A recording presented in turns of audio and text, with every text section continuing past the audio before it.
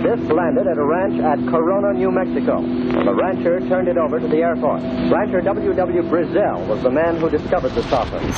What I thought was a star began coming in my direction at a very rapid rate of speed.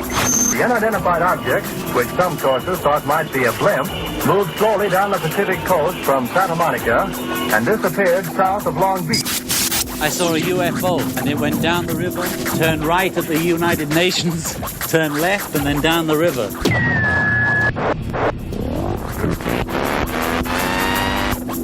UFO classified. UFO classified. No more plausible deniability. Fact, fiction, or the truth. You decide. And now, the new voice of the high desert, the hostess of UFO Classified, Erica Lukes. Happy Fantopia Friday, my friends from all over the world. This is Erica, happy to be here on the best network on the planet, KCOR, with my fabulous producer and woman who runs this show and has a great network. I am so privileged to be here and to be working with a strong and intelligent woman. I love KCOR, and special thanks to Tina Marie. She is amazing. I want to thank all of my friends in chat. Always, it's good to see you. Thanks for your messages. Every day I'm getting a new message from somebody in a different part of the world saying, hey, we're listening to your show, and this is fantastic, and keep up the good work. It's been really incredible to see all of you reach out to me. I did over the week, I did the Paracast, and we had a very enlightening conversation about women in ufology. I was part of a panel with Kathleen Marden and Chase Kletzky, and it was really quite eye-opening to me to see, even as women, how we can still, I think, kind of turn a blind eye to what is taking place and the women's issues that we have to deal with. Not only that, but also the issues of bullying and this really destructive mindset that takes over and proliferates in this community. It's very detrimental, and I was happy that Gene Steinberg and Chris O'Brien let me come on the show to talk about it and to voice my opinions and concerns so we can all move forward in a constructive manner and invite a younger generation in and treat them with integrity and show them how to move forward. That's important. So, with that said, speaking of important questions, to kill or not to kill is the theme of a TV show that my guest this evening is the producer of and directs. It is a show that has sparked a lively and very heated debate and brought up some very serious ethical concerns. What would you do if you were confronted with something unknown? Would you kill it, or would you try to interact with it and figure something out and to understand that it is a part of our natural world? Killing Bigfoot is an amazing show, and I have to say that I have been watching it, and I'm deeply entranced with the characters, because you would think when you first see this, or at least I did when I first heard about it, Ruben Uriarte posted something on his Facebook, and my first thought was one of, oh my Lord, this is wrong. We can't have a show that supports this, and I didn't know anything about it. And as time went by and I reached out to Peter, my guest this evening, I found out that he is an incredibly thoughtful, intelligent man who is posing important questions for all of us. And this just doesn't have to do with the Bigfoot issue. This has to do with everything, including the UFO subject and extraterrestrial or some other intelligence. It's incredible. So I would invite you to watch that. And I have links on UFOclassified.com where you can see a bit and then watch this groundbreaking show. My guest's bio tonight is absolutely off the hook. Sheera von Puttkamer is a writer, producer, director. He is a Renaissance man who travels around the globe and gets into some very intense and profound experiences, and he is able to, as an artist, document all of these beautiful and frightening experiences to share with the rest of the world. He has executive produced, written, directed dozens of international award-winning series and specials worldwide over the last 30 years. His production company, Gryphon Productions, has created factual programming for Discovery Channel, Animal Planet, History Channel, the BBC, National Geographic, PBS, and more. So that is absolutely impressive and incredible. His interest in wildlife, cryptozoology, anthropology, mythology, and music, so you know I'm going to totally love him, it's led to a very unique path and imaginative projects. Programs for Discovery Network such as Sasquatch Odyssey, which is beautiful, and Monster Hunters, I'm sure you've heard of that, were among the first to bring cryptozoology to TV in the late 90s. Sasquatch Odyssey won several awards and was selected for the prestigious 1999 IDA Doctober Festival screenings in Los Angeles, qualifying for Academy Award nomination. I mean, that's wow. The award-winning Monster Hunters on TLC featured groups hunting for cryptids all over the world. And I believe that Ruben Uriarte was in the Chupacabra episode, but they did episodes on the Jersey Devil, the Yowie, and much, much more. I could go on. I mean, you've got Monster House here, one of my favorite feature films. Oh my God, Peter, could you just seriously stop being so cool? Yeah, that was a fun one to work on because we had actually we were asked by the executive producer whom I knew. The two other executive producers were Steven Spielberg and Robert Zemeckis of Roger Rabbit and quite a lot of other Back to the Future, I think, as well, and a whole lot of other movies. The one with Tom Hanks. Anyway, they wanted to have a companion film that could air promotionally on television to reveal real monster houses, places that were so haunted that basically the house itself seemed to be alive. And they referenced some tales, some Russian stories. One was called Baba Yaga of a house that it's kind of a Hansel and Gretel kind of story, but the house actually sprouts chicken legs and walks off in the forest at one point. But we were able to go to a couple of amazing places. One in England, in a place called Hartlepool near Newcastle, and another place in Oregon. And we were actually quite astounded by what we found. And again, we were doing this slightly ahead of our time. I think the only paranormal shows, ghost shows on TV were from England at that point. It was about 06, 07, and there weren't any mainstream ghost shows really happening. So we had a chance to tag along with some ghost hunters, and I got some incredible evidence actually along the way.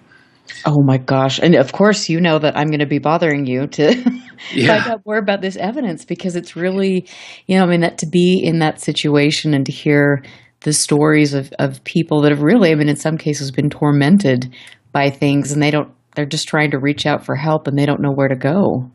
It's pretty fascinating.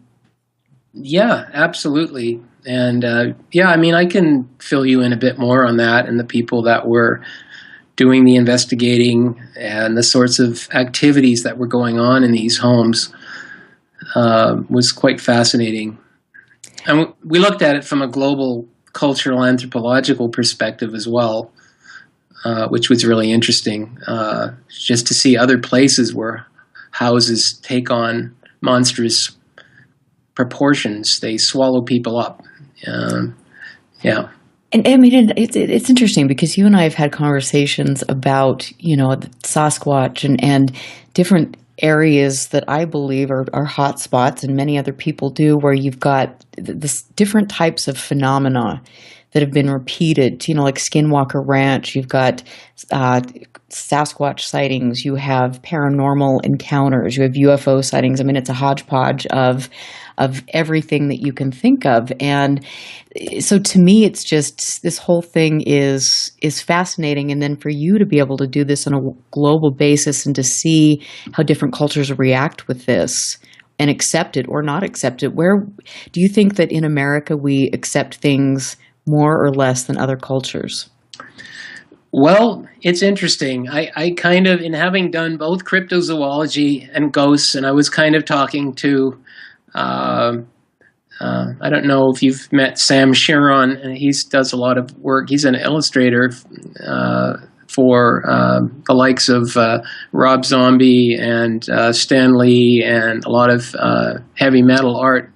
But he's British, and we were saying, gee, in England, ghosts seem to be a big deal in haunted places, and not as much in America. And in America, there's a lot of demonology and cryptozoology and legendary encounters. So there's kind of a division, between Britain and America. It seems that there's an interesting, mix of things there. And that's interesting. And I think it's I think in America, for some reason, we have a tendency to separate different types of phenomenon. Even in the UFO world, it's like we have to strictly, study UFOs, and we can't bring the paranormal in. And, my thought is, well, why? We don't know what one is or where one starts and the other begins. And it's just that's kind of a preposterous, narrow-minded way of thinking.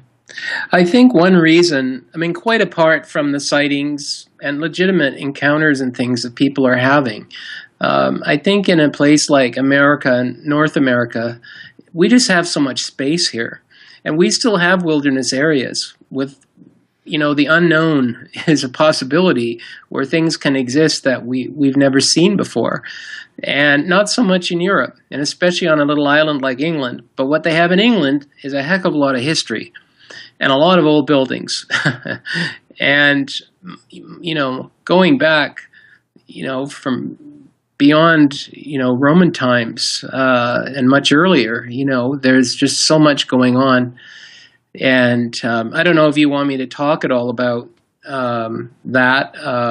I could tell you a little about some of the things that we found for Monster House in England. I'd love that. So we can go there. We can talk a little bit about and Killing Bigfoot, of course, is the season finale tomorrow night, Saturday night on Destination America. And are you going to have a big party for that?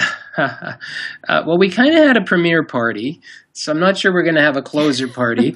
But I don't know. The hunters might. They're probably going to have a party. And so if you want me to clarify some of that too, so there's a perception, primarily because of the title, that this is all about the death and destruction of all Bigfoot, wherever they might live. But that's not really the case. And this is a more, I think, a little more thoughtful, look at what's actually going on down there. And it's entertaining, obviously. It's television, but it's based on what's really going on for people in the South, which is, people's homes and farms and pets and farm animals are being attacked. And this Gulf Coast Bigfoot Research Organization is coming in to help them. And they feel very passionate about it. And these are pretty thoughtful guys. Some of these guys, we'd interview them and they'd be tearing up as I'm talking to them about how they feel about helping the average person deal with something large terrorizing their home and scaring their children and grandchildren. And they get emotional about it. They're not these bloodthirsty guys that are just coming in. They want to kill all Bigfoot. They're there to protect the public, and they feel for anyone to take this seriously, science demands a body. So they're saying if one of these troublemaking Bigfoot, a male, is in our sites, we plan on taking one specimen, just like scientists take any new species, they get a specimen of it. That's why all the museums of the world are filled with specimens, because science wanted a specimen so they could classify it. Right. And that's what the show's about. And it's that debate. It's really a debate about science in a lot of ways. And that's important. These characters, yeah. Because I think that, for me, sometimes, although I know science is important, sometimes there are things that, it seems like it takes forever for science to catch up with this. And, if we, I don't know, I just struggle with the whole UFO scientific method sometimes because it seems to slow us down.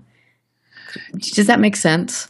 Well, sure. I mean, it's tough when you've got people that are having visceral encounters, things they can't explain, and you come in as a third party and you're looking at it and, most people are skeptical about a monster in the woods, but then you start looking at, the reports and some of the evidence and some of the tracks and things these guys are finding.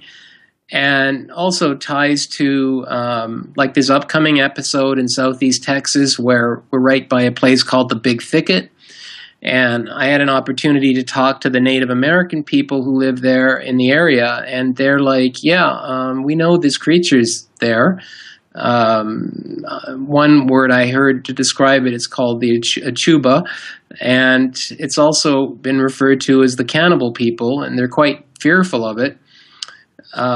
So it's not like it's an isolated thing where suddenly people are imagining things beating the walls of their house. There's something going on, something Absolutely. Harming these animals. And then you've got the support of the history with the native people there. It just seems very compelling to me. And it is. And you mentioned the Big Thicket, and I just have to say that there was a book that Nick Redfern told me about, and I believe it was written by Barry Briggs. And he was a researcher in that area. He's since passed away, but his book is very thought-provoking, and he talks about the different types of phenomena seen in this area. And I've got that book. I was just trying to dig up the exact title here, but I got that book. It's very fascinating. It is. And I ordered mine from Amazon, and when I opened it, I looked on the inside, and it's actually autographed by him. So that was really special. Oh, that's nice. Yeah, well, he talks about ghost lights as well down there. And, exactly. And I like him referencing the hoodoo and the hoodoo spirits. And we had a chance to. Being a music fan, I was anxious to get the rights to Born on the Bayou by John Fogerty and CCR, and we get to use that a few times in the show. And I love the line, you can hear my old hound dog call, chasing down some hoodoo there. And we're talking about Swamp Thing. We're talking about creatures of the South and the woods and maybe Bigfoot. So it's right in the song. It is, and I love that. And I every time that song comes on, I'm just like, oh yeah, it's a great song, and you use it so beautifully. But it's mysterious, and I love that. It is. It has all of that, the word hoodoo and voodoo, and all of that have African origins, of course, and they come from African American mythology and tales. And magic really that came over when the slaves came from Africa, and a lot of that concept was imprinted in the South. But it's also referencing unexplainable things, like things that people are seeing, and so it's quite fascinating.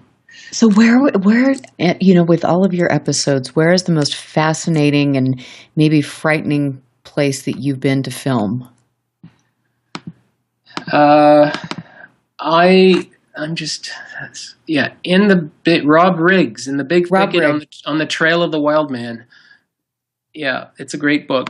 Okay, so where was the most frightening place that we were? Well, you know what? I will say that, like, we're in Texas in this upcoming episode, that Southeast Texas area, it's uncanny, what people are seeing down there. And, one of our producers on the show, actually had a sighting there. And sitting around in the ranch sort of property jutting into the woods, when all the crew and the cast, everyone was out except a couple of people that stayed back, and everyone was accounted for, and the surveillance lights came on in the house. A dog barked, and then all of a sudden, here's this shape. And the producer saw it, and her assistant saw it, and it's moving across. It has this thick neck, and it's moving with purpose. And it's not a horse, put it that way. It has a large, sort of ape-like stance. And this is not something they asked to see. It's not something they expected to see. We're just producers of the show. We're going down to make a show with people. We're basing this on actual encounters, real eyewitnesses, real places. And so then when they measured up how big this thing was, it actually came by the horse trailer, which was over 8 feet tall. And it was that size. That's incredible. I mean, and that must have been because you like you say, you guys are going down there. You've got a job. I mean, that's work for you, and so to have an encounter like that must have been a little disconcerting. Yeah, and you rule out a lot of things in the process. So we know the surveillance light came on, so this was not a shadow. This was not a figment. And these two ladies independently saw it, and they both look at each other with a look of, sort of horror on their face, like, what the heck?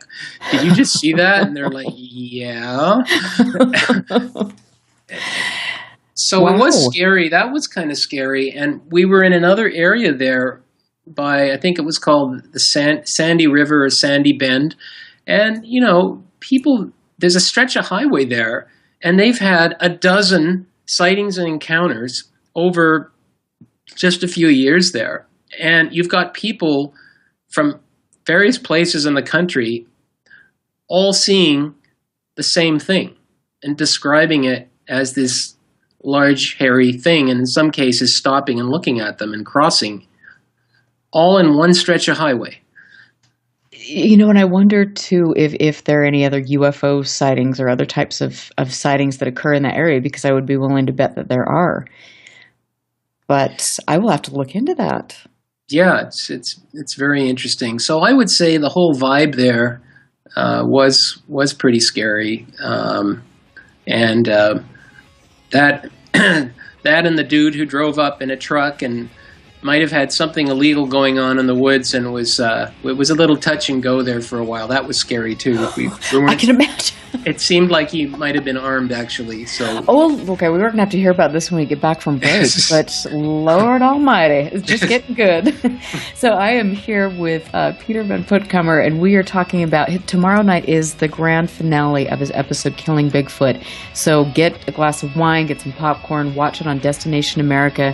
We're going to talk a little bit more about the series, about ethics, kill or no kill, and some of the Native American connections and some of the magical and mystical things he has seen in his career. I'm Erica Lukes. This is UFO Classified. Thanks for listening, everyone. We will be right back. Stand by. This is UFO Classified with Erica Lukes. Erica Lukes. The phone lines are open now at 702-425-9230. That's 702-425-9230. Worldwide callers use Skype name KCOR Radio. More UFO Classified. UFO Classified with Erica Lukes on the KCOR Digital Radio Network. After this. Monday nights are about to become hauntingly good, as Reverend Sean Whittington possesses the airwaves with Vegas Supernatural. Vegas Supernatural. Tune in every Monday at 5 p.m. Pacific, 8 p.m. Eastern for Vegas Supernatural, exclusively on the KCOR Digital Radio Network. There's a war raging between good and evil. The question is, which side are you fighting on?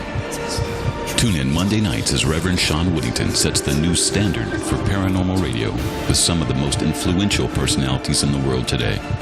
Vegas Supernatural, hosted by Reverend Sean Whittington. Every Monday night at 5 p.m. Pacific, 8 p.m. Eastern, exclusively on the KCOR Digital Radio Network. The one show even the devil doesn't want you to hear. Now, broadcasting in digital HD radio. What if maintaining a healthy weight was as simple as drinking a cup of coffee? With Valentis coffee, it's that easy. Harvested from the world's most pristine coffee farms and packed with the purest ingredients on earth, Valentis takes losing weight to a completely new level. At Valentis, we believe everyone deserves a chance to be healthy and fit. It's pure, natural, healthy, and delicious. Click the Valentis Healthiest Coffee banner on the KCOR Digital Radio Network website and take the Weight Loss Guarantee Challenge. Valentis Coffee, simply the world's healthiest coffee. Each week, join Patrick Phillips as he takes you inside Hollywood. In-depth celebrity interviews, the very latest entertainment news, and more. Patrick Phillips hosts Pop Culture Tonight. Join me Thursdays at 1 p.m. right here on the KCOR Digital Radio Network. This week in pop culture history. This week in 1946, American singer and actress Liza Minnelli was born in Hollywood, California. It's the Beatles. The Beatles made their broadcasting debut on BBC Radio back in 1962. The first stock car race is held in Daytona Beach, Florida in 1936. And this week in 1997, the ashes of legendary Star Trek creator Gene Roddenberry are launched into space. Here's what happened on the last episode of Three Guys, No Ties. NASCAR is getting complaints about excessive noise during the races, so they're going to consider electric race cars for the environmentally, correct. Cale Yarborough just rolled over in his grave. Oh my gosh! There he's going. I can't hear him. He's going, but he's going. As long as they keep bumping into each other, I don't care. Three Guys, No Ties. Wednesday nights, 7 to 9 Pacific, on the KCOR Digital Radio Network. You're listening to UFO Classified with Erica Lukes, where the truth isn't hidden beneath the black lines of a Sharpie. That's the craziest thing I've ever heard. To be on with Erica, call 702-425-9230. That's 702-425-9230. Worldwide callers use Skype name KCOR Radio. Radio contact. Share your thoughts on the show on Twitter by using hashtag KCOR. Or head over to the live chats at KCORradio.com. The audience goes nuts! And now, your host of UFO Classified. Are you ready? Erica Lukes. Erica Lukes. Happy Fantopia Friday and welcome back, everyone. I would like to just say I appreciate you getting in the chat room. I appreciate all of your messages to me on Facebook and on UFOclassified.com. I am here because of you, and I want to keep bringing back good guests and open your minds. And if you have any suggestions for me, within reason, I've just got to throw that one out there. Please let me know. I am thrilled to spend my Friday nights with you. My guest this evening is truly an amazing person who has had a life full of not only musical experiences, but experiences out there in the wild and confronting some of nature's most exciting of beautiful tigers and silverback gorillas. And we're going to talk more about that. But his whole life is just absolutely magical. He is a director, a writer, a producer, and has done many award-winning things, including Monster Hunters on TLC. He has a new show out on Destination America called Killing Bigfoot. And before we went to break, we were talking a bit about the ethics, and we're going to get into this a little bit more, but to kill or not to kill, how do different people view this, and what are people that are confronted with this up close and personal, how do they put their minds around it. Peter was talking about the big thicket, and we're going to continue to talk about that. But Sheera von Puttkamer, welcome back. I love talking to you. I mean, seriously, I'm coming to LA, and we're going to go to lunch. That's all I'm saying. Okay, no problem. Great. So we were talking about the fellow that was a bit off his rocker that you had the misfortune of running into. But continue that story a little bit. Well, I mean, it's a little bit like, when I go to places in Africa or the Amazon, where I've been quite a few times, like 11 or 12 times. And I always tell people, it's the people you got to worry about, not the animals. So, and in the case, certain areas, I mean, if you go out into remote wooded areas, in parts of the country, there's some people up to no good. And the hunters, GCBRO, is always saying, look, we're armed for a number of reasons. And, there's 400 or 500 pound feral hogs out there that'll hurt you bad. And there are people up to no good, maybe with a drug lab or something going on. And so we had an encounter with such a person, and evidently, because even though we were on a public road and getting some shots on a piece of dirt road in the woods, someone took exception to that, and we were obviously too close to whatever he was up to, and he came in and had a very twitchy looking hand, like a gunfighter was maybe getting ready to reach for something. And we had, fortunately, someone with a law enforcement background and locally in the U.S. South, and he was able to kind of talk this guy down, and eventually he just stepped away and drove off.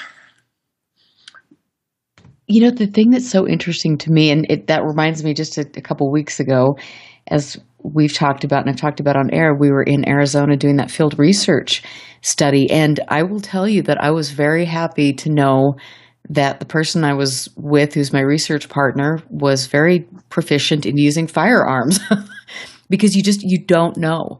And especially having women there, having myself there, it's just, you never know what you're going to run into. And it's always best to have somebody that's very skilled and knows what they're doing and knows how to protect you. Sure. Yeah. We usually have a couple of, at least one guy who's pretty much a security guy on our shoots wherever we go. And sometimes it's into places, like 4 days on a riverboat from Iquitos on the central Amazon in Peru, chugging along past the Colombian border, chugging along on the borders of Brazil and Peru with lots of drug runners coming up and down rivers and military patrols and border crossings. And you have a security guy along to help smooth some things over. You know what? I really honestly think that I need to, even at my last conference, when I came back on the airplane, I was getting ready to board, and I had an experience where I was kind of surrounded by some men, and it was very off-putting to me. And I honestly got a little, it was not a good situation. I didn't like being in that situation, and that's when you wish you definitely had somebody around. But that's okay, because I'm going to be practicing martial arts. There you go. And different things, because you just need to be, especially in this world, you have to be hypersensitive, I think, to your surroundings.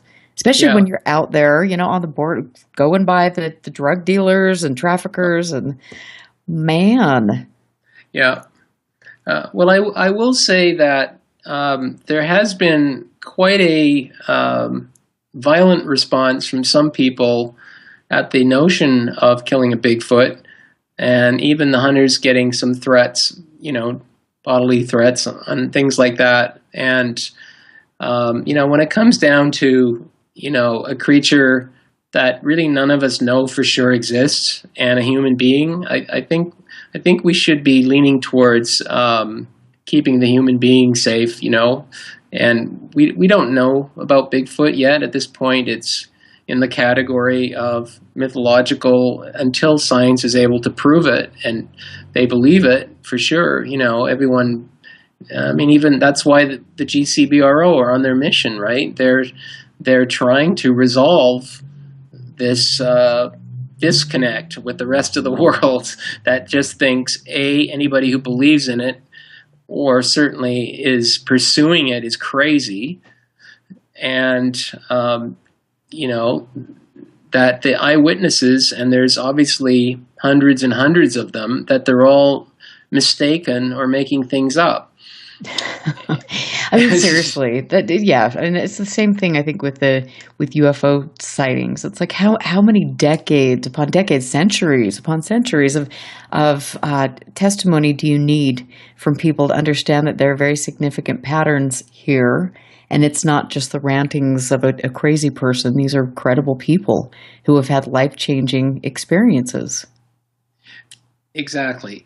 And, a lot of them, like this place where we're going in the final episode, very interesting. I mean, this young man he's physically challenged. He's in a wheelchair, and his wife is from New York and wasn't really used to moving into the wilds of southeast Texas, which is woodlands and swamps and, very remote areas, really. And this young man is just an amazing guy. He's got a degree in history. He's very well spoken, very educated. He knows the difference, between he's told me they've spotted wolves on that property. They're aware of the odd panther that came through there. So he's not clutching at straws, when he's talking about things like hearing their walls being smashed at night when they're hearing something heavy. So we're not talking about a light-footed deer here, but something very heavy on all fours moving across his patio deck. And the thing with these southern Bigfoot, based on what GCBRO is saying, that they do drop to all fours. They go quadruped and run at 20 to 30 miles an hour. So, here's this, intelligent guy, thoughtful guy who's weighing all the things that could be going on down there. It's important for people to know. It's not just, people stumbling out of the woods and ranting on about something they've seen. I mean, these guys they've lived there, a long time, and they've got a perspective on what this might be based on their knowledge, based on their education, and they're making they're coming up with the best conclusion that they can, which is there's something large and unexplainable attacking their family pets and attacking their home. And they're right on the edge of the woods. So anything that's there is going to come straight out and see their house. Yeah, and so what is the role, if any, that law enforcement plays?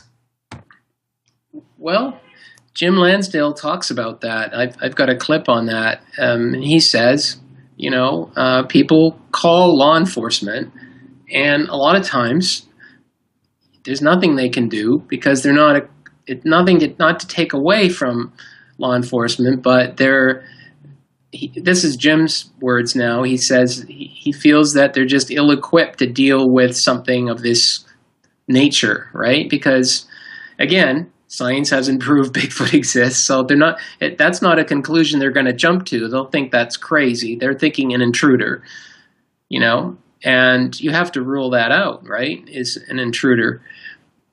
And wildlife and all kinds of issues, right? But once people have gone through all those stages and said, okay, it's not an intruder, it's recurring, I have a gun, it's coming back here at night. Why is it coming back here? If it knows, like if this were a person, that's kind of a suicide mission to keep harassing someone. Do you know what I'm saying? It's not like something logical a person would do if they knew the homeowner was armed. Absolutely. and that was the case with Anna, the episode we did in Texas as well. And she used to just come out on her deck and just fire rounds off into the night. when the creature, whatever it was hammering the walls of her house or smashing light bulbs 10 to 12 feet off the ground. Is there a guy with a ladder, at 2 a.m. coming by and climbing up and taking out these light bulbs? I mean, what would do such a thing, So. Oh my gosh. And that's got to be so traumatizing for people. I mean, I would be, if I'm in the middle of nowhere and something is doing this repeatedly, I'm not sure if I would be, I guess I would be very frightened actually. But just some of these people think that there's something benevolent there that's trying to communicate with them. Well, now this brings us back to, the original episodes. As the series began, we introduced Dr. Webb Sintel and Farland Huff and others who are believers in a more benevolent Bigfoot. And,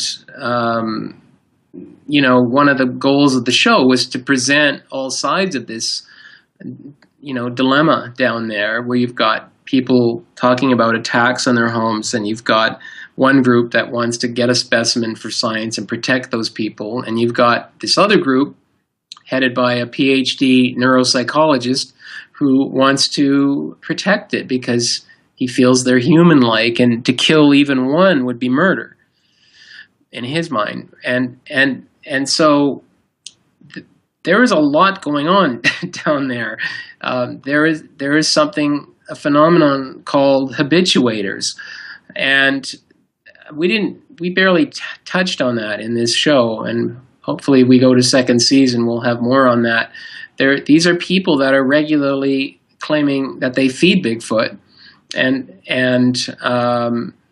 there are people in charge of.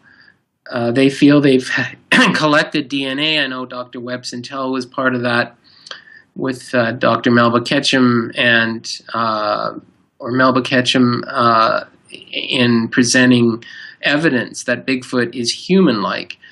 And they were trying to get that confirmed by science. And so far, science hasn't confirmed their findings. So you've got people collecting DNA, wanting these to be human very much to show that, what's at stake here. And then you've got groups that are feeding them. And the GCBRO feels that's very dangerous, just like feeding black bears. They say you're inviting them to go nuts at some point when you run out of food. Well, I mean, and it's interesting because I have friends that I work with who are actually UFO, UAP researchers, and they go into some of these areas, Yakima, different areas in Missouri where there's phenomena, different types of phenomena, and they have Sasquatch encounters. And to some of them, they feel whatever this is very benevolent and it interacts with them. And so they have almost kind of a sacred bond for whatever this is. And I've heard, that you've got some Sasquatch that are nasty, and then some that are very almost interdimensional that communicate with you, kind of guards, gatekeepers. Which part of the country is this? So I've talked to people up in Washington State, and then people in Missouri, all just different places. And it is people that are interacting with this and getting their hands dirty are having incredible, very profound, life-changing experiences in a positive way. Exactly. So we're talking about the difference between the Pacific Northwest and the U.S. South. And what the GCBRO is saying, it's a different critter, okay? A vastly different critter. So just like you have Siberian tigers in the north that are physically larger and more robust than Indian tigers, Bengal tigers, which are not as heavy, not as thickly, boned, that Bigfoot is the same. And So in the South, you have a sleeker, faster, and at times aggressive animal. And added to this, Jim Lansdale will talk about inbreeding in the Bigfoot that are down there, because they're coming up with evidence of 3-toed, 4-toed, and 5-toed tracks. And they feel that the 3-toed ones are subject to more inbreeding and therefore, basically, like in other examples in nature, more prone to irrational behavior. And they believe that the aggressive ones are these 3-toed ones. So not only do you have a different type of Bigfoot, according to the GCBRO, than you do in the Pacific Northwest, but you have 3 different types of those Bigfoot in the South. And that just, I mean, that's incredible. And that would explain why this is taking place. But do any of the people that you're working with and filming, I mean, do they believe that there is some sort of supernatural connection with them? No. Or is it just, okay. Well, I put it this way. The GCBRO are very much terrestrial creature on the ground. Okay. You know, that's what we're dealing with here, is an ape with communication skills, but they don't believe it's a language. They, you know, just like a crow has communication skills, but not a language, or other forest animals. That's the belief of the GCBRO. While other places you go, not only I've heard, and certainly at the Hanobia conference that we were at, that's in episode 1. And by the way, these shows start quite early in the day. If you go on Destination America, they usually run all the previous episodes first, and then by 10 and 9 Central, 10 Eastern, 9 Central, they start running the new episode. And so you can see in Hanobia, there were people presenting evidence of a Bigfoot language. Some of the language tapes that I've heard, playbacks, sound very ape-like. Some of them sound almost Native American language. There's a belief that they have quite a sophisticated language that's similar to Native American, traditional Native American languages. Now, what the GCBRO has identified are various huffs. They feel when they're getting made, that is, the creature knows they're there in their blinds. There's a huffing sound. They know it, and then it's gone. And, you know, we get a lot of criticism online. Like most people who are watching this, they don't know. I mean, this is hunting a 500-pound ape-like animal. This is not deer hunting, right? And so the GCBRO is set out in their hunting positions, and they don't move, but they will communicate. They will communicate with the other hunters, because if they've heard a huff or something that's gone by, and we, you know, are representing this in the show, then they will radio and say, "Look, this thing's coming your way." So that's for all the people who are going, how come they're talking to each other on their walkies? Why aren't they sitting there quietly for like 8 hours on television? And there's various reasons for that, because it would be really boring for one. But they do let each other know what's happening as far as sounds go. And there's also bird-like sounds. They call it the bionic bird, and we talk about that in the show. How interesting. And I mean, that's just being a good hunter. I mean, that you always are listening to what's going on and identifying the sounds and the smells and everything in your environment. And I'll add something here, because we also get, quote, expert hunters writing in, and also Bigfoot researchers writing in with all kinds of critiques on hunting techniques for Bigfoot. And and one of the things is that they go, oh, well, that's no bionic bird. That's not a Bigfoot. Your guys are hearing screech owls. Well, these boys grew up in the woods down there. They know what screech owls are. They hunted all their lives. They're hunting pig, feral hogs. They hunt deer, whatever, forest doves. They eat everything that they get. They're traditional hunters. not trophy hunters. And so they know the difference. And I've listened to the difference between a screech owl and the sounds that they play back. And it is very different. So do you personally have recordings of the Bigfoot bird sounds? Yeah. I was given a recording. And you want to hear something really weird? So I've been involved in Native American First Nations ceremonies up in British Columbia.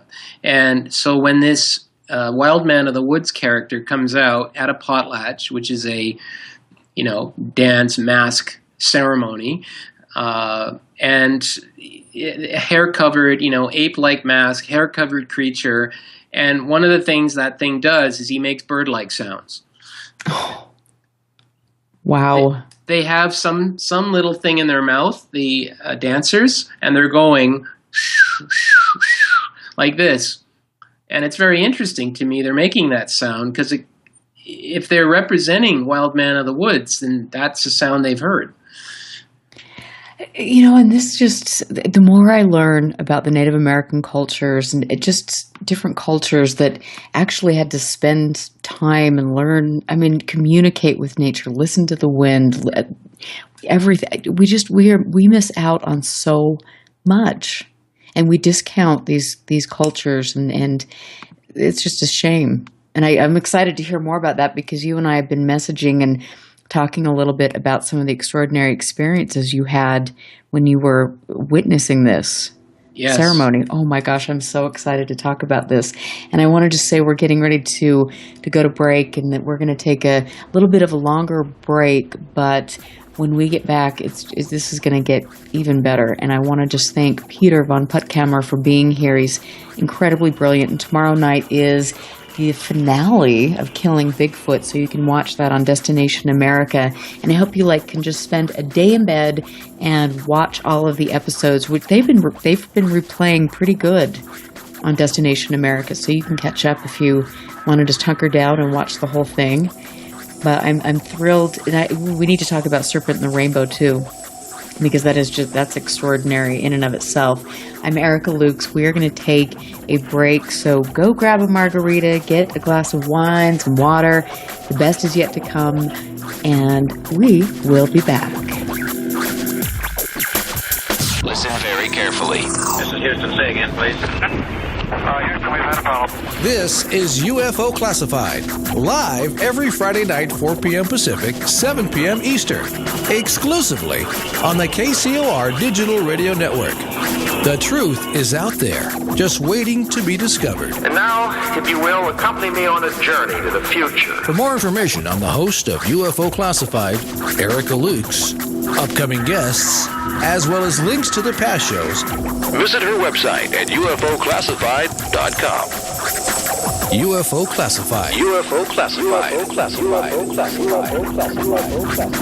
This is KCOR Las Vegas, home of the Digital Radio Network, broadcasting from a shack just south of Area 51. Wait, that doesn't exist. This is the KCOR Digital Radio Network. Now for the news. This landed at a ranch at Corona, New Mexico. The rancher turned it over to the Air Force. Rancher W.W. Brazil was the man who discovered the saucer. What I thought was a star began coming in my direction at a very rapid rate of speed. The unidentified object, which some sources thought might be a blimp, moved slowly down the Pacific coast from Santa Monica and disappeared south of Long Beach. I saw a UFO, and it went down the river, turned right at the United Nations, turned left, and then down the river.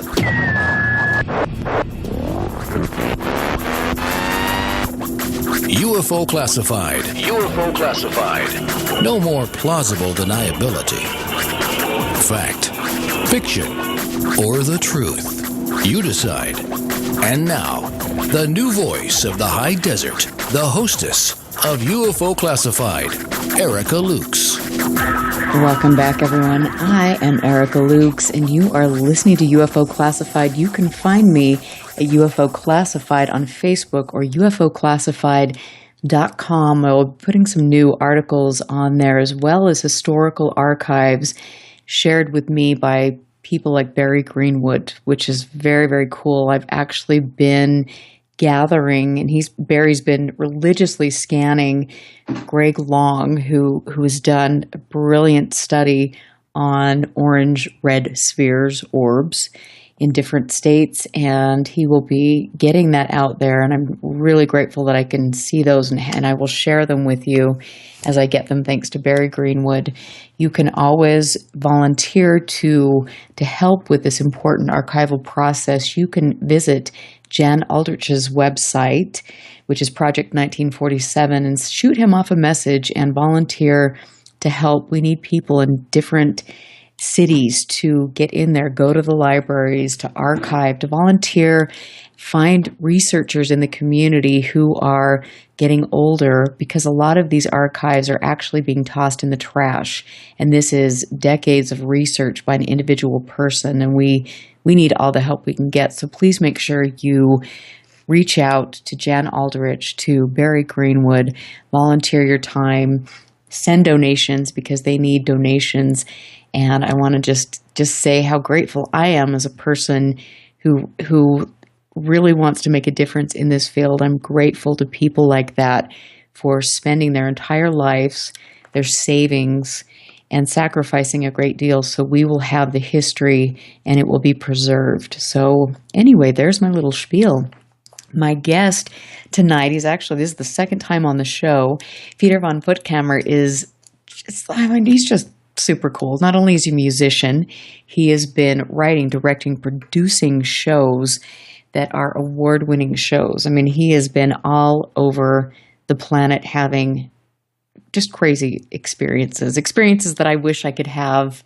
I would be happy to have like maybe a day's worth of his life. It's great, Peter. And you've got your finale tomorrow night of Killing Bigfoot on Destination America. And I cannot believe you're not having a party. I'm going to have one for you. Oh, that'll be great. Okay, it might be a party of one in my closet. Yeah, exactly. There you go. Well, I'm getting old. I'm slowing down. But, oh my gosh, we were talking about so much, before we went to break and then during the break. And let's pick up where we left off. After the break, during the break we could stuff? do either. You know what? Just pick up wherever you want to. How about that? Well, I think what's important for people to know ultimately with this show, sometimes people get quite heated about it, and that's partially what's making it successful, and a lot of people are tuning in to watch it. It's controversial. But please remember, folks, this is a TV show. Ultimately, it's a TV show. And, GCBRO is doing what they do all the time. Like, we didn't create these people or these characters. We don't tell them what to say. We are representing what they do and what they have done and things that have happened to them. And ultimately, I would refer to it as a docu-entertainment show that's thoroughly rooted in the reality of what these guys are up to, and we take a lot of care and pains to find legitimate witnesses. The whole show is crafted around finding people that are willing to come forward and speak. We don't tell people what to say. In the instance of Mississippi last week, there was an African-American family that was under attack by something large in the woods and had eaten 5 or 6 of this man's dogs. And, dogs are going missing all the time on his property. And, he's tying them up because he wants them close to the house and he doesn't want them running off and eating other people's livestock or anything like that. And yet something is coming onto his property and breaking the chains and taking these animals. And these are pit bulls. So it's not a human.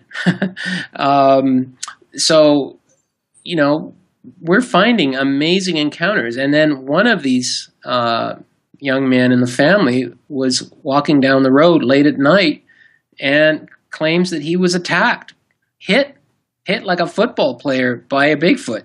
Oh, wow. And I mean, that's quite incredible. And he was very detailed. He told the stories several times. The details never changed of the story. And it just sounded like a very credible incident to us. And we represent that incident in the show. So all we're doing is representing the lives of the GCBRO and the fact that they do want to get a Bigfoot for science, the fact that they respond to a lot of reports. And, you know, that's what it is. It's a TV show, and like they're doing it with or without us. They're down there doing it, and they've been doing it for 20 years. Well, and it's important. I mean, people are so critical, and like we were mentioning, the people on social media are, in all likelihood, a lot of these people that get on there and go to different sites are just people that maybe don't have a lot of friends. I mean, it's interesting to me, and there's definitely when you can hide behind your persona, your social media persona, you can say you have a lot of liberty to say things, and I think sometimes that can be a dangerous thing.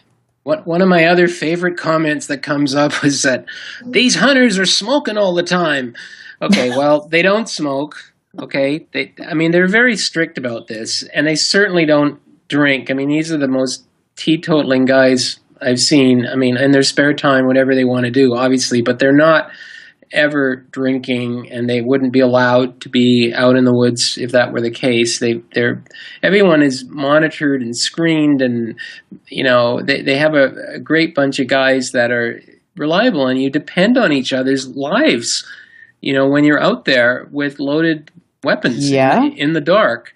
So we, at first coming in, obviously, and I have my safety guy, Andy, who's was in armed forces, and you know, we were all a bit nervous initially, right? Because we really were going out with men with loaded guns in the woods. But we found out soon, you know, that they're just very careful and they're very gun safety conscious.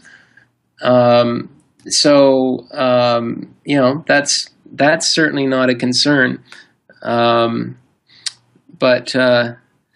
You know, you're telling me the about smoking thing. I want to just finish the smoking thing. So in one instance, you know, sometimes the best based plans, like we're in the woods and we're filming these guys, and you will see this in the first episode, actually, on the Louisiana property.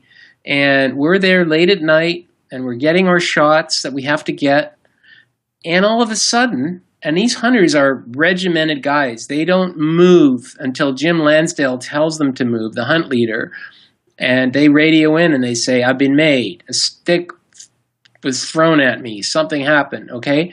But we're out there, and man, something went down for real, beyond the capacity of the film crew. Like, we're like, holy crap, what is happening? And they've got this red eye shine. And I grab my night vision camera, and Ken, one of the guys, takes off.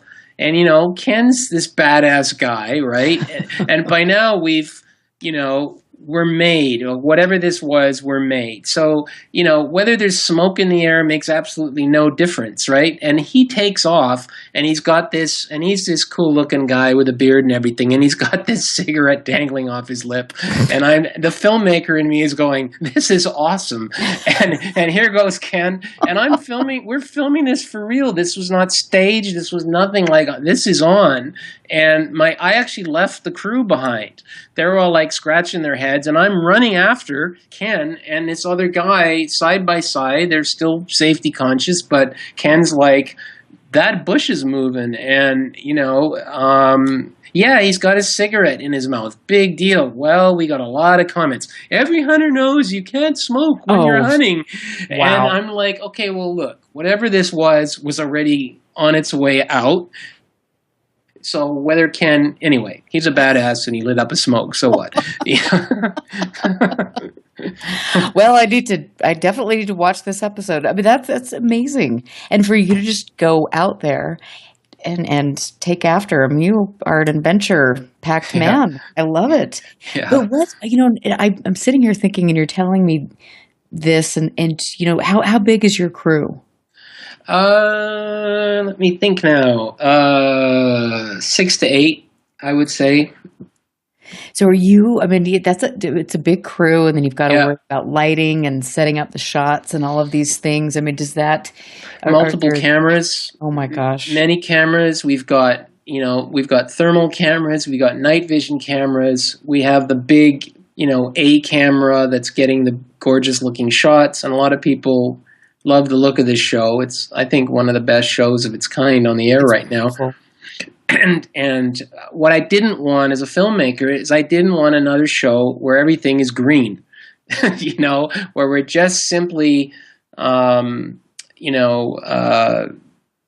grab a night vision and, I mean, it's television. You can't, having a green image people are, I think, frankly, sick of it. Like, it's just not very pleasing to the eye, and it's grim looking. So what we do, these cameras we have now, they function at very high, they're very sensitive, right?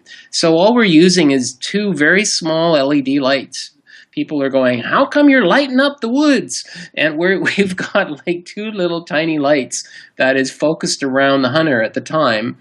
And it's pitch black, right? It's actually pitch black there. And we combine it with night vision. We also have drones that we use. And we have little handheld cameras, like these new gyro stabilized cameras that are tiny, that you can get into places and get really smooth shots. And so, yeah. That is so. Do companies sponsor you? Do they just, or does your network buy the equipment? No, we pretty much buy the equipment. Yeah, we haven't had a lot of sponsorship really. So we usually just acquire it, and the hunters have got their own gear. The hunters have got a pretty good arsenal there, including thermal scopes and things. So what kind of thermal scopes are they using? Do you know? I think FLIR is one of them. Yep. And the FLIR is quite pricey. I mean, it's amazing equipment, but this is a considerable investment. As people in the UFO field, we all know how much we've invested. So that's saying something. Yeah, for sure. Anyway, every episode we did was a little different, different situation, different kind of encounter with people on properties maybe close to the forest, not as close to the woods, and in some case, neighbors and secondary reports. And in one case, we had a very intriguing area that appeared to be Bigfoot nests. The hunters weren't totally convinced about those. They were skeptical, but I will say, having filmed gorillas and gorilla nests, I never seen formations like this in the woods in North America. Really, it wasn't the sort of teepee structures that you see. These were actually like giant hanging baskets. Do you have any photos of those, or was that that in the episode, any of the episodes? Because that sounds amazing, and that sounds very similar to some of the things that other people I have spoken with will mention. Yeah, I mean, obviously, whatever was there, like, these were worn down, and they weren't as robust as they would have been when they were green boughs and things. Like, they were dried out now, but they were huge, and they didn't just look like, a bunch of, thin branches that had been whipped together by the wind, or they were brambles or something like that. These were quite sculpted looking. And there were several of them, and they were higher up in the trees. I would honestly, if I saw that out in the middle of the boonies, I would think I was in the Blair Witch Project.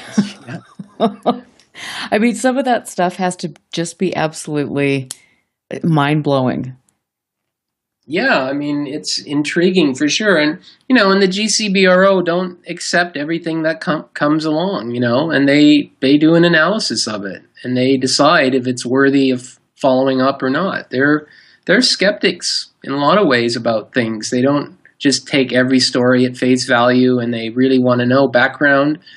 And based on their experience and sightings, they'll look at things like those nests and go, okay, is this credible? Maybe it's something else. So do they have a database where they're putting all of this information? Yes. You can go to their website, gcbro.com, and I think it's one of the best sites of its kind anywhere. It has a load of interesting eyewitness encounters from many states. Cool. I will put the link up. And it seems like I know that I've visited that in the past because I've been very intrigued. I've always loved Bigfoot lore and learning about all of this. I remember back, in grade school, picking up books on UFOs and Bigfoot. And it's just been fascinating to me. And I'm lucky that here in Utah, we work with someone who is Bruce Champagne, who's a biologist, and he also is a cryptozoologist and has done extensive work on Bigfoot's in our region and things. And he's written some published papers. And I need to hook you up with him, so I'm going to send you his information. Thanks. And then there is our website too, killingbigfoot.com, and it has a lot of background info, including some background on me and how I got into the whole field, some of the Native American stuff, and that's in there. In fact, that's an excellent segue. I think we need to go there because everything about you, and it's you're interweaving all of these experiences that you've had. And let's talk about some of the earlier experiences, and then let's go back to what happened with the ceremony, the Wild Man ceremony. Yeah. I grew up in an area where there's a rich heritage of what we call First Nations or Canadian Native people. And my father was, he had a resort, kind of a nature retreat that he developed. And on a river north of Vancouver, there were 2 million salmon that spawned there every year. And the local Native people, the Squamish, who are Coast Salish, that was my earliest experience, and the dances and the medicine people that I met and who told me about, the plants and things that they ate, what the bears did. And they have a tradition of a Bigfoot-like creature there, and he's known for stealing salmon off their drying racks, which was really interesting. Later on, after I went to film school, I produced a film called Spirit of the Mask, and that was with Wade Davis. You mentioned Serpent in the Rainbow, and Wade was the fellow who figured out how zombies are made in Haiti. And so I asked Wade to work with me. It was a really early film I did in 1990, and we got to film amazing mask ceremonies, these potlatch traditions of the Pacific Northwest, which are really, they're used to mark, weddings, name givings, funerals, things like that, but they all involve the hereditary chiefs and their families basically presenting their masks and crest symbols and then handing out their wealth. It's a redistribution of wealth. They give away, traditionally in the old days, blankets and boxes and regalia and things, and money. Today it's money and pots and pans and implements. In any case, during the ceremony, and this chief, who was a descendant of Chief McQuina, the man who met Captain Cook and Captain Vancouver, he basically told me something special was coming up. So I was ready for that. That was going to happen in a few hours. The first time we went out on the potlatch floor, he put out these coppers, and these are symbols of power made of copper, and they're marked like they're the shape of a salmon. They have markings on them, and there were 9 of these, so it was quite powerful. And so our camera, which was a film camera, immediately shut down. I saw my cameraman go wandering off, and I came back and said, "What happened?" He said, "All the fuses are blown in the camera." And I mean, this is a film camera. It's not electronic per se, right? Like fuses in film cameras just never blow, right? They don't just blow on their own. So that was weird. And fortunately, he was an old hand, and he got the camera working with some spare fuses he had, and he got it up and running. But a few hours later, this special box came out that Chief Andrew Calicum told me about, and out comes this little puppet. It is a shamanic puppet, and as its little head starts to appear on the box, my camera, the other camera that was working for 6 hours, just stopped dead. The light came on, it was like, dead. And I'm yelling for my camera assistant, "Come on, where's the battery? Where's the battery?" And he comes into the battery and we shove it in, and it's like the puppet has, it's like that frog in the Warner Brothers cartoon. It's out doing all of these things. And then as soon as my battery's in, the puppet pops in the box, the camera starts, and that's it. And I missed the whole thing. Gosh. And these are, I can tell you about those shamanic tools and puppets and masks and things that they use in these potlatches. Yes, I would love that. This is exactly where I want to go. I mean, I know that you were busy working and you're trying to get your cameras up and running and all of that, but could you sense anything intuitively? Well, Andrew was a heavy-duty guy. This Chief Calicum is, there were people knew of his power, and they spoke in hushed tones about him, put it that way. And so whatever he was going to put on was going to be something special. And it's in a modern setting. We actually filmed it in a gymnasium of a missionary school where so many poor young Native Americans were, incarcerated, basically, taken from their families and forced into these church-run schools. And there's a lot of scandal and sadness that have come out of these. But here we are in the gymnasium of one of these schools holding a modern potlatch. Oh my gosh. And there's the music. And okay, we're going to continue when we get back. I'm Erica Lukes. We will be right back with our last segment. See you on the other side. Stand by. This is UFO Classified with Erica Lukes. Erica Lukes. The phone lines are open now at 702-425-9230. That's 702-425-9230. Worldwide callers use Skype name KCOR Radio. More UFO Classified. UFO Classified. With Erica Lukes on the KCOR Digital Radio Network. After this. Bowl for Life is a non-profit organization founded in 2013 by Chuck Gardner with one simple goal: to grow the sport of bowling worldwide. Over the years, Bowl for Life has given out thousands of dollars in scholarships to youth bowlers around the world. Our focus is to nurture integrity, honesty, professionalism, as well as respect into bowlers both young and old. You can help us by going to bowlforlife.com. Even the smallest donation goes a long way to breaking down the barriers and helping us assist people of all ages to improve their skills as well as knowledge of the game. Bowl for Life is happy to be partnered with other great organizations like the Youth Education Services Fund, as well as the United States Bowling Congress, with many spectacular integrated events planned in the near future. To learn more, go to bowlforlife.com. That's bowlforlife.com.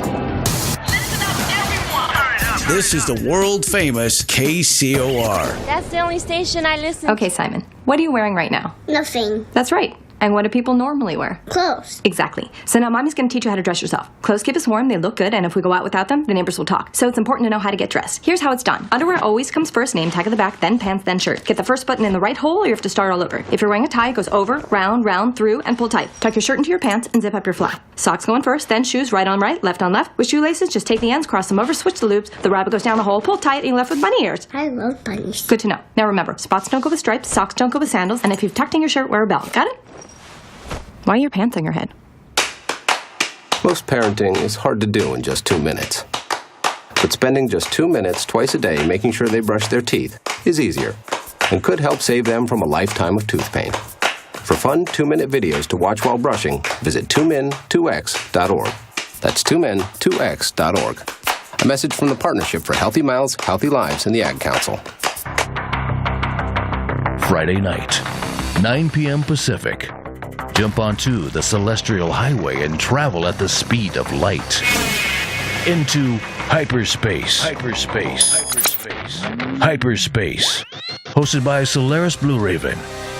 She navigates you through the cosmic tides of mysticism into the world of covert technology, UFOs, mystical sciences, and the world of unforeseen forces. You get to really sort of enjoy a bizarre ride.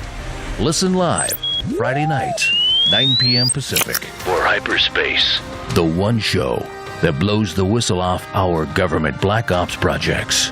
Hyperspace, hosted by Solaris Blue Raven. Exclusively on the KCOR Digital Radio Network. Want to take a ride?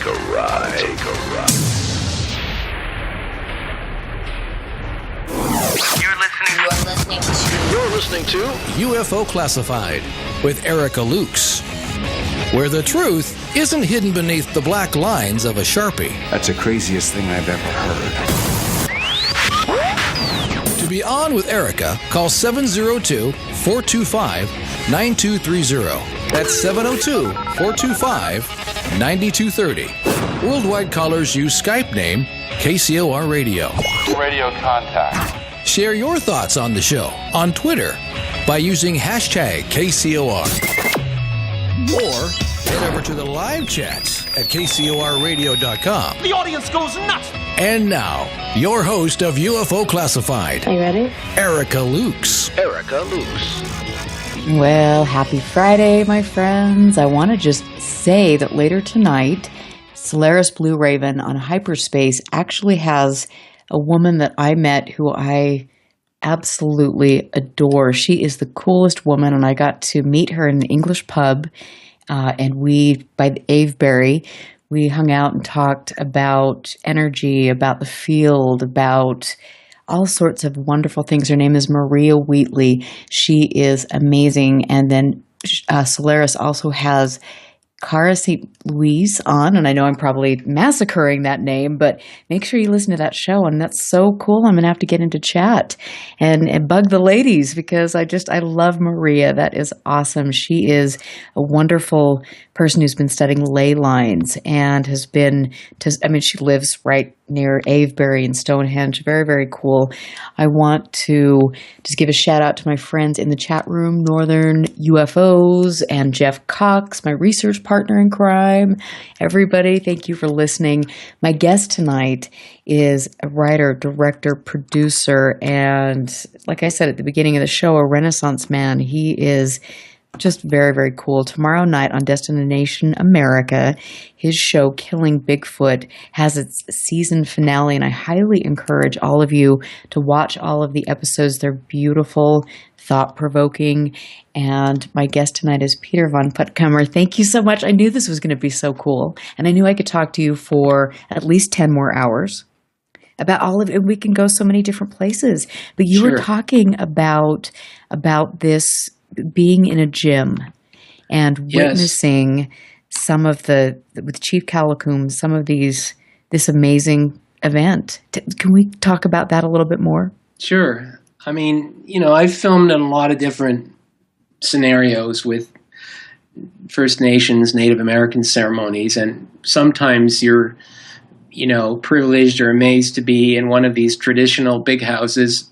A lot of these fell into disrepair because the government banned them from about 1880s till about 1958. And the potlatch ceremony, as many dance ceremonies in the U.S. were banned, certainly all the West Coast, but the things we see as powwow today are very different from the dances that Plains people did.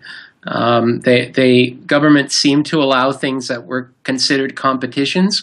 And so a lot of these things you see, such as powwow dancing, where people have numbers on their back and that today, and it's a competition, that's really a holdover from when the only way Native Americans were allowed to have ceremonial dances was to have a competition, because that's something white people could understand. But in general, so the potlatch buildings fell into disrepair, and so they were holding them anywhere they could. And in some cases, as we get into the modern era, they're holding them in large gymnasiums left over from the missionary schools, where many of them were incarcerated, and I'm saying that with a chuckle, because it's sad that actually happened.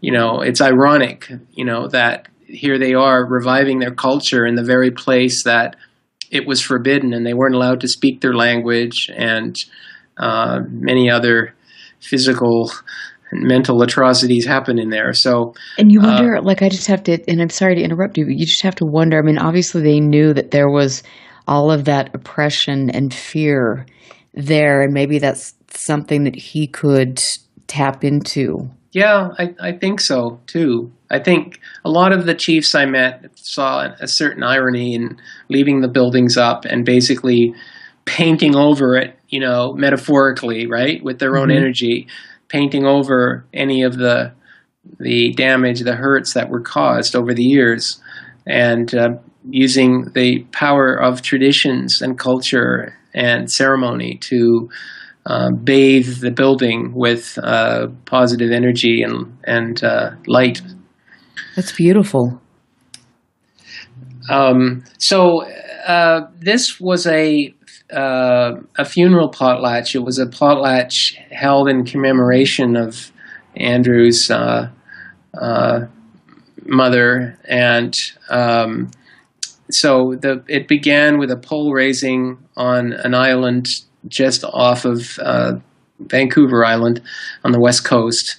And then we came back to, it was a 3-day event actually, and then we filmed the potlatch ceremony. And we saw some amazing things, and it's very different on the west coast than on the east coast. Are the ones people might have seen some of this ceremonial masks, the huge raven masks, and transformation masks, and the cannibal bird masks, which are kind of like dragon guardians of this demon called the Bakbakbalinutsuwe, the cannibal spirit at the far end of the world.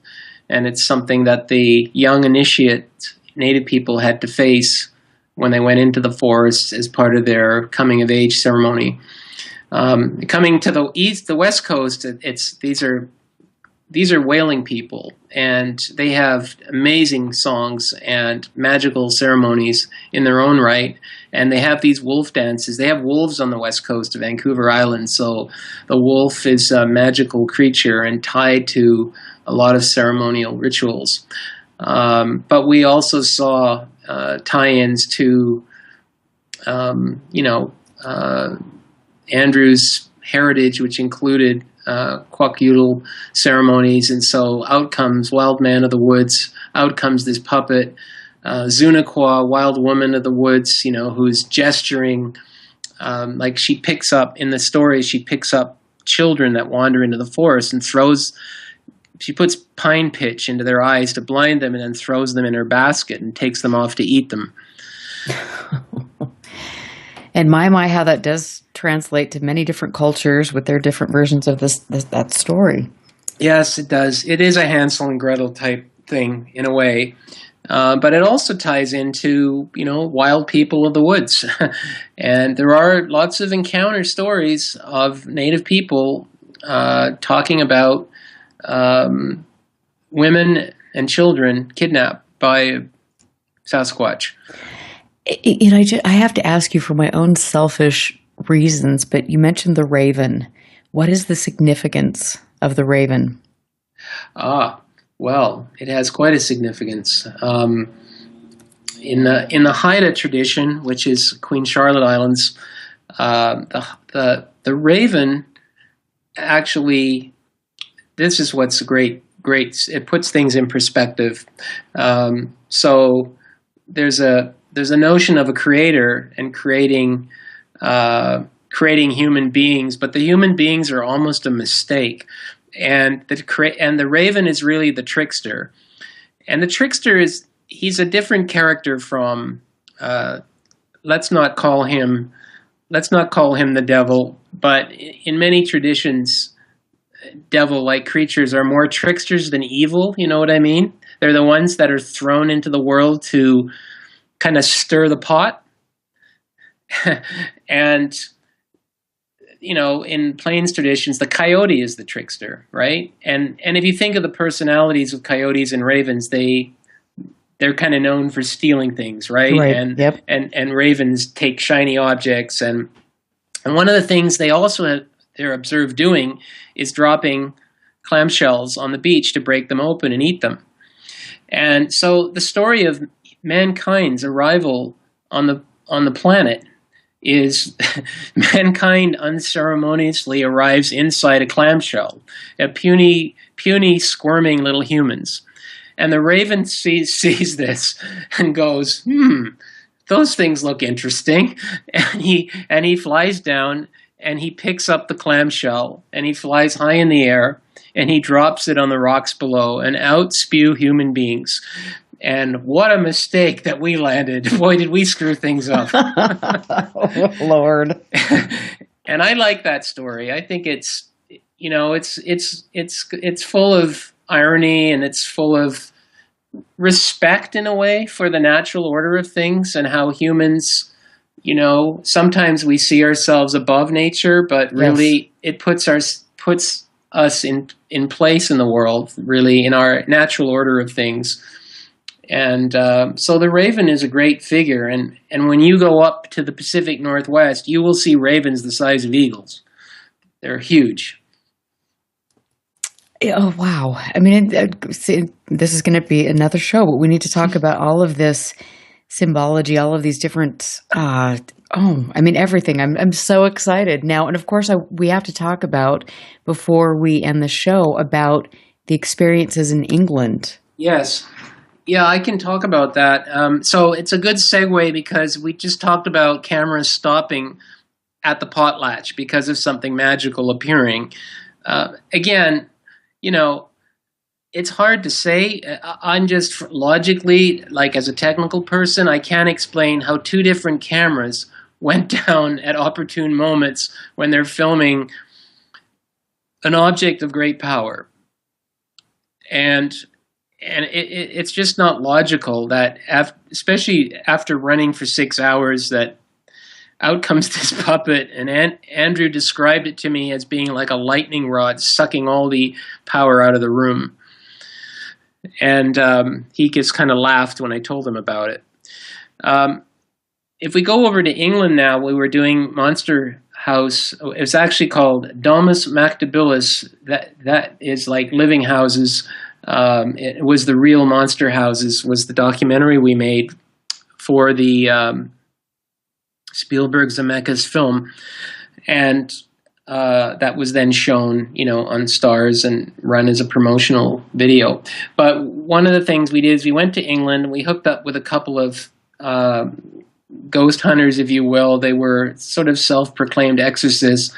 And we were at a house where they'd had a lot of encounters, and the whole family, right down to the little kid. At one point, the little girl's being tucked into her bed, and it's like not her mother. Like she's recounting these stories and describing this woman in the house, and it turns out this whole house was built on an Anglo-Saxon graveyard, or Norman graveyard, and there was a Anglo-Saxon tunnel underneath. I think that was it. And so they'd had unusual occurrences, and we were up filming in the attic. We're trying to get to the bottom of it.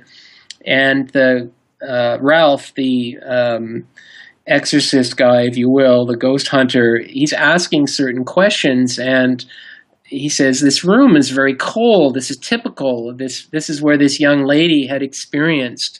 The teenager had seen kind of what looked like a sailor standing, a guy in a pea coat, one of those sailor's coats with a beard, and standing at the end of her bed and then disappearing. And so we're investigating the room next door. It's cold.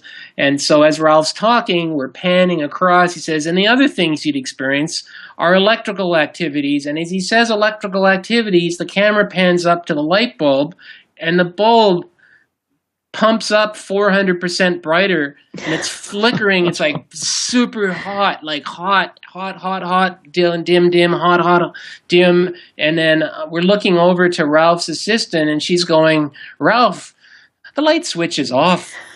Oh, God. And in talking to electricians, there's no trickle of power, right? It's either on or it's off. Right. You don't have trickles of power coming in, right? So there was no power. There was no explanation for this light bulb to light up. And it just happened. And then a little while later, so Ralph is inquiring about this tunnel that goes under the house. And they said, well, it ends up under the pub across the street. Now, in this town of Hartlepool, one of the pubs we went by, they were having a wake for someone, and they had his body up on the table in the pub. So it's like the whole town was kind of like this sailor's town where people die at sea, and then they bring them in and they keep them in cold storage next to the beer. And then that doesn't work for me. Wow. And then they bring the body up on, like, it was creepy, right? There were graves everywhere. Yeah. And anyway, so we're in this ancient pub. We go underneath. We find a wall in the area where they used to have the beer kegs in like 1500 or whatever, and there's a walled out section, a bricked over section, and that's where the tunnel used to come out, and it's been bricked in. And I said, okay, Ralph, we're going to film you, and we handed him one of our flashlights. And so I'm filming a scene where he comes up to investigate, and this is what he wanted to do, was see where the tunnel ended up. And so we're filming him, and all of a sudden the flashlight is flickering bright, dim, bright, dim, bright, dim. And with the night vision camera, it's, basically it's going, you can totally see it, right? Especially. And so we take the flashlight out. We pull the batteries. We tighten it all up. We take it back down. It's working perfectly. We go back to the wall. He puts his hand on the wall again. Same thing. Dim, bright, and he actually felt the energy that he was getting is that there was a pregnant nun that had been buried by these priests, had put her underground because she was pregnant and walled her in.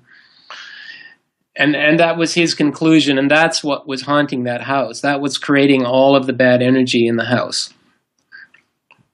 Well, that and maybe many other things that go on. Just gone on there. Oh my. What an amazing experience, though, for you to be there to learn the history. And I love all of this. I love that being a detective and learning all of this, just putting the pieces of the puzzle together. So, I mean, I know we've only got a few minutes left, but what else happened while you were over in England? Well, I will jump ahead over to Oregon, because in Oregon we had another amazing thing happen. This was a house, again, entire family. The house is seemingly alive. They were taking pictures of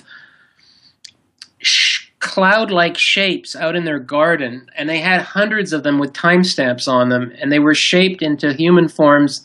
And this is really ahead of advanced Photoshop. I had people from Kodak and lots of people look at this, and there was no way a family could have just cooked up these images. It was pretty unusual.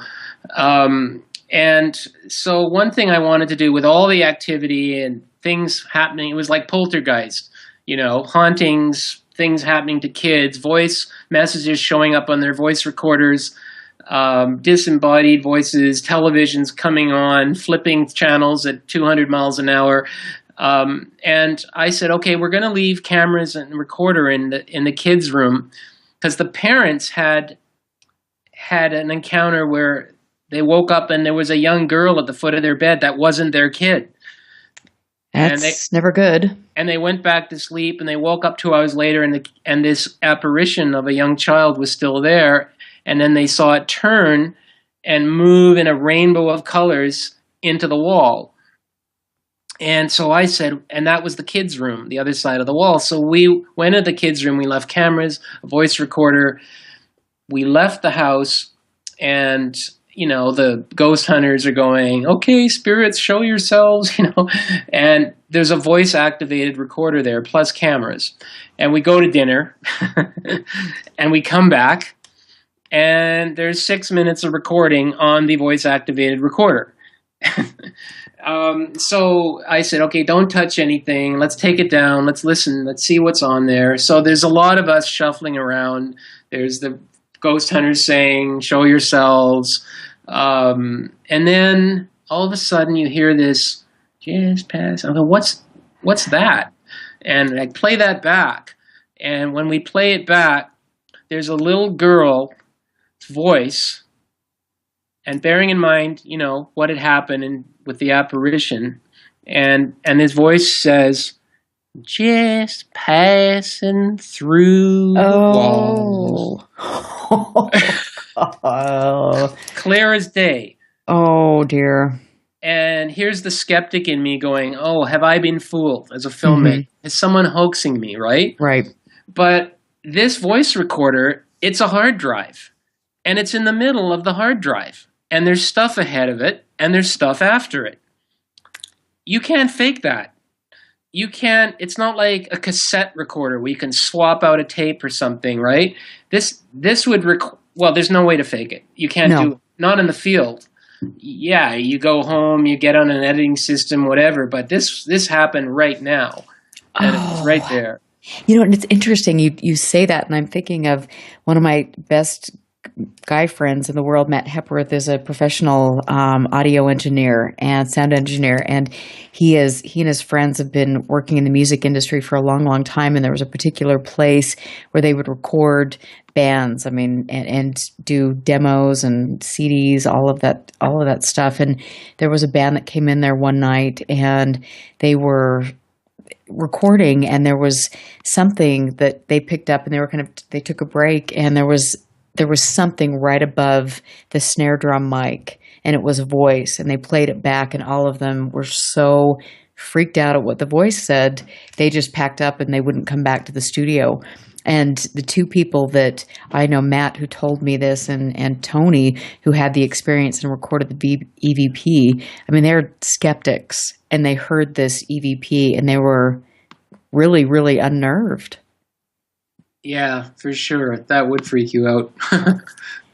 But this is the thing, and this is, what I encourage people, and this is so cool that you talk about this, when we're investigating all of this, utilize the tools that ghost hunters use. It's basically the same type of stuff that we utilize when we're hunting UFOs and all of this. That's so incredible. So we're getting ready to wrap it up, and I just wanted to just talk a little bit more about your season finale. Sure. So just tell us what we have in store tomorrow night, because we're all going to be watching. Okay. Well, as I said, we're going to a place in southeast Texas near the Big Thicket, which is this huge area that, Confederate soldiers ran away to and hid out in back in the day. There's a whole history there of creature sightings, of ghost lights. It's a very mysterious place, and there's a native community that's nearby that has, described encounters to me as well. And in our show, we've got a young couple. This guy is, physically challenged. He's in a wheelchair. He really needs the help of the GCBRO, and his wife is from New York, and she's not really, she doesn't know what's going on here in the Deep South with something killing her family pets and farm animals and that sort of thing, and attacks on their home, scary things happening at night, sounds of heavy four-footed creatures on their patio, and it's something that initially always the founder, in this case, Bobby Hamilton is the founder, and his daughter go investigate. And once the initial people go in from that state, then if they feel it's worth investigating, they call in the GCBRO, and that's how it works. And I'm really looking forward to watching this. And I just have to tell everyone, you can go to gcbro.com to look at all of their work. And I'm very excited about that. And then killingbigfoot.com is the website. Make sure you watch all of the episodes. And Peter, where can people find you? Or do you want them to? Well, I mean, they can read more about us at gryphonproductions.com as well. And we're on Facebook. And Killing Bigfoot's on Facebook. So yeah, there's a fair bit about me online, and some things that I've done over the years. Pretty amazing. And I'll give people links to all of it you've done. You were so fascinating, and I have to say that it's been a fun process getting to know you, especially since Ruben posted that, and my reaction was, Killing Bigfoot, this is so wrong. And as I've gotten to know you, I know that you are the most kind, respectful human being, and that you're really doing this with just to expand our minds, as are the people who you have on the show. So thank you for being here. It's been a pleasure, and I want to just tell everyone out there, I will be back next week, and we're going to talk about the secret space programs. So packing for Mars, it's going to be a good one. I hope you all have a fabulous night. Stick around for Tina Marie and Solaris Blue Raven. I will see you all next week. Listen very carefully. This is Houston. Say again, please.